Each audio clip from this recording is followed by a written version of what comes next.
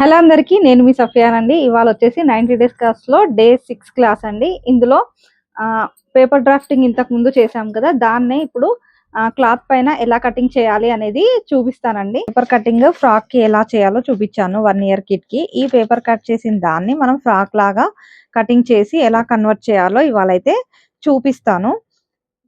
So దీనికోసం కావాల్సిన first ఇంతకుముందు కట్ చేసిన న్యూస్ పేపర్ కటింగ్స్, ఇంతకుముందు కట్ చేసిన paper cuttings and scale, tape, mark చేయడానికి మార్కర్ అండ్ మెయిన్ క్లాత్ ఒకటి ఏదైనా తీసుకోవచ్చు.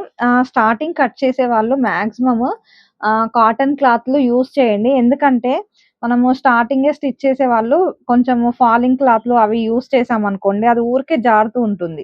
ఆ జారీ స్టిచ్చింగ్ అనేది పర్ఫెక్ట్ గా సెట్ అవ్వదు, వాళ్ళకి క్లాత్ అడ్జస్ట్మెంట్ చేసుకోవడం రాదు కదా.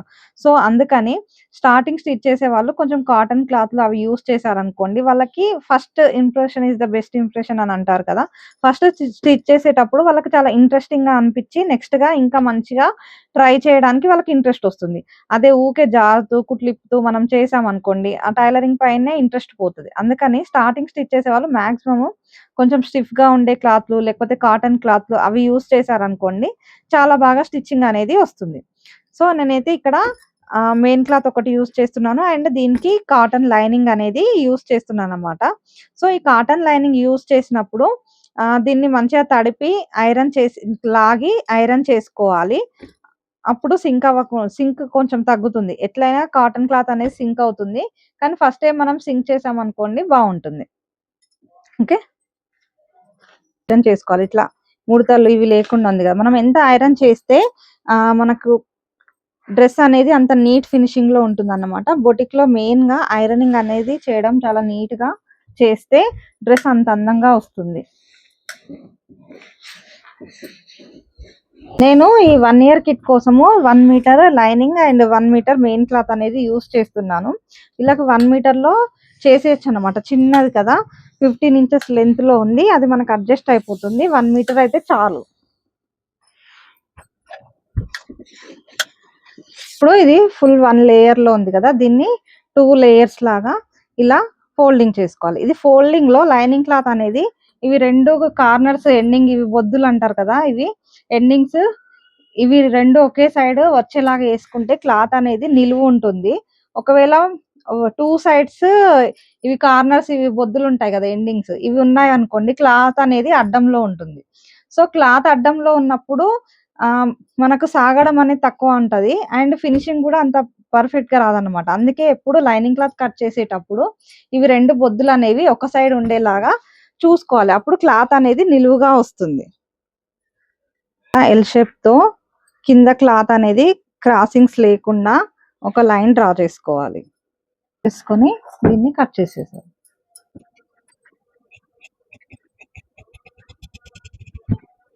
కట్ చేసేసి ఇది ఫోల్డింగ్ సైడ్ ఉంది, సో ఫోల్డింగ్ సైడ్ పార్ట్ ని దీనిపైన, ఇది ఫ్రంట్ పార్ట్ కోసం యూస్ చేస్తాము, సో దీనిపైన ట్రేస్ చేయాలి.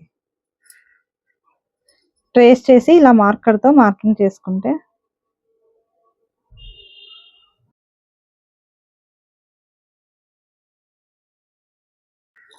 ఇది రీల్ మార్క్ ఉంటుంది. రీల్ మార్క్ తో మనకి ఇలా మార్క్ చేసాం అనుకోండి, డౌన్ లో ట్రేస్ అవుట్ అయిపోతుంది. మనకు టక్ ఎక్కడ వేయాలనేది, ఇది స్టిచ్చింగ్ ఎక్కడ వేయాలనేది ఇలా రీల్ మార్క్ తో మార్క్ చేసుకోవాలి.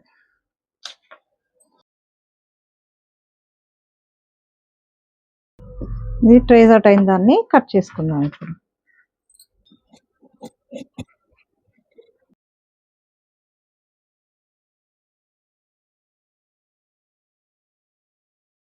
ఇలా కట్ చేసుకొని ఇవి ఎక్కడ స్టిచ్చెస్ అయితే వేయాలో అక్కడ చిన్న చిన్న టక్స్ స్టిచ్ చేసుకుంటే బాగుంటుంది.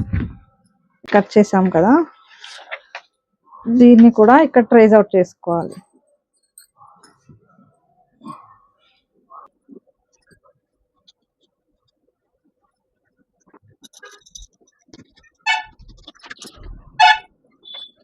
ఇది మనం ట్రేస్ చేసిన దాన్ని కట్ చేసుకుంటే సరిపోతుంది.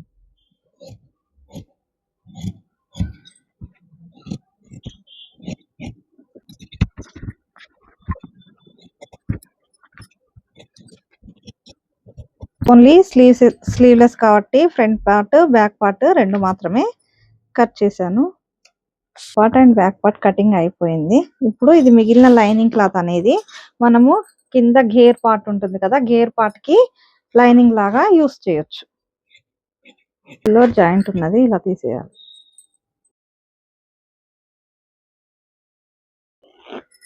ఓకే, ఇది తీసేసి ఇది ఇక్కడ ఇలా ప్లీటింగ్ లాగా వచ్చేస్తుంది. ఓకే, లైనింగ్ క్లాత్ కటింగ్ అయిపోయింది. ఇప్పుడు ఇది బార్డర్ పార్ట్ ఉంది కదా, ఇది బార్డర్ పార్ట్ ని నేను యోక్ పార్ట్ కోసం యూస్ చేస్తున్నాను. క్లాత్ ని ఇలా అడ్జస్ట్ చేసుకోవాలి.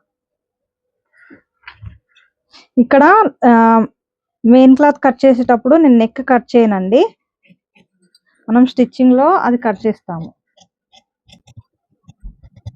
మెయిన్ క్లాత్ లైనింగ్ క్లాత్ కంటే మెయిన్ క్లాత్ అనేది కొంచెం ఎక్కువగా కట్ చేసుకుంటే మనం స్టిచ్చింగ్ చేసేటప్పుడు కొంచెం ఎక్కువ తక్కువైనా స్టిచ్చింగ్ లో అడ్జస్ట్ అయిపోతుంది. అందుకనేసి మనము లైనింగ్ కంటే మెయిన్ క్లాత్ అనేది కొంచెం ఎక్కువగా కట్ చేస్తాము. ఇది total length 16 inches. So 16 inches లో మనకి బాడీ లెంత్ ఎంత వచ్చింది, 8 ఇంచెస్ అన్నమాట. సో 18 లో నుంచి 16 పోతే ఎంత, 16 లో నుంచి 8 పోతే ఎంత మనకి కింద గేర్ పార్ట్ కూడా 8 ఇంచెస్. ఇంకా కొంచెం లెంత్ ఎక్కువైనా పర్లేదు అంటే 9 ఇంచెస్ అంటే అట్లా తీసుకోవచ్చు. సో నేను 9 ఇంచెస్ తీసుకుంటాను, ప్లస్ 1 ఇంచ్ ఎక్స్ట్రా ఫోల్డింగ్, మిగతాది మొత్తం ఫోల్డింగ్ లో లాగా మనం ఫ్యూచర్ ఎక్స్టెన్షన్ కోసం కూడా పెట్టుకోవచ్చు అన్నమాట. ఆ విధంగా తీసుకుంటాను. మిగిలిన క్లాత్ వచ్చేసి మనకి ఎంత ఉంది, 15 ఇంచెస్ ఉంది. సో నాకు ఎంత రెడీ కావాల్సింది 9 ఇంచెస్. సో దానికి నేను 4 ఇంచెస్ లోపలికి ఫోల్డ్ చేయడానికి పెడుతున్నాను. సో 12 ఇంచెస్ లాగా తీసుకుంటాను. దీన్ని ఇలా పెట్టేసి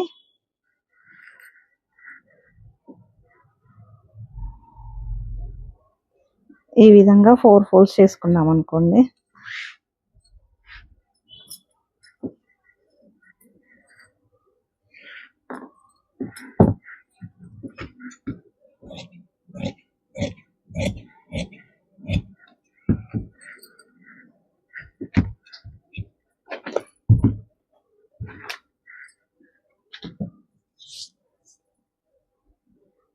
ఒక 4 ఇంచెస్ లోపలికి ఫోల్డింగ్ లాగా పెడతాను. ఇది కొంచెం పల్చగా ఉంది కదా, సో మనము కింద పట్టీ కోసం కింద పట్టీ లాగా ఫోల్డింగ్ కి 4 ఇంచెస్ పెట్టేసి పైన మనకి ఎంత 16 ఇంచెస్ కి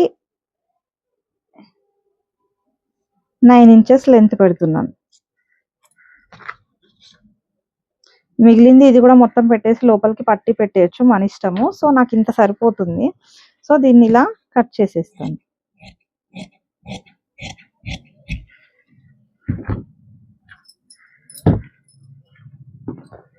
సో ఇలా అయితే వచ్చేసింది. ఇది 4 ఫోల్డింగ్స్ లో.